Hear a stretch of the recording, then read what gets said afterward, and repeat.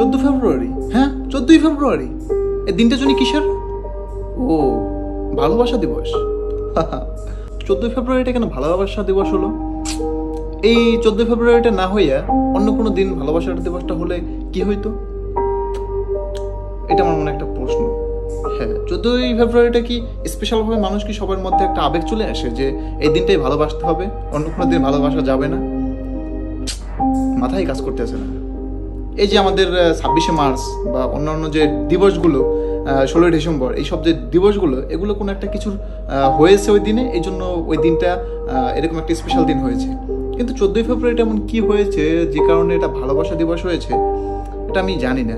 কিন্তু এতটুকু আমি জানি যে 14 ফেব্রুয়ারিটা এটা ভালোবাসা দিবস নয়, শুধু সবথেকে নিকৃষ্ট একটা দিবস হিসেবে ধরা হয় মুসলিম কান্ট্রি হিসেবে এই 14 ফেব্রুয়ারি।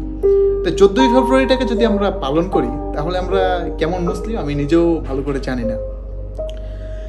আপনার গার্লফ্রেন্ড আছে, এটা আপনার হারাম। আপনার ওয়াইফ আছে, এটা আপনার হালাল।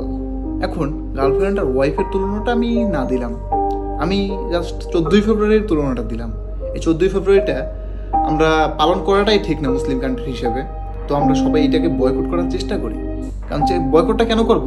আপনি বলতে পারেন, যুক্তি দ্বারা করতে পারেন, হ্যাঁ আমি 14 ফেব্রুয়ারিটা পালন করব, কিন্তু ভালোভাবে পালন করব, ওরকম নোংরামি করব না, চেষ্টামি করব না, কোনো মেয়েকে নিয়ে জঙ্গলে, পাড়ায়, হোটেলে, রিসোর্টে যাব না, এটা বলতে পারেন আপনি, কারণ এটা আপনার ব্যক্তিগত মতামত।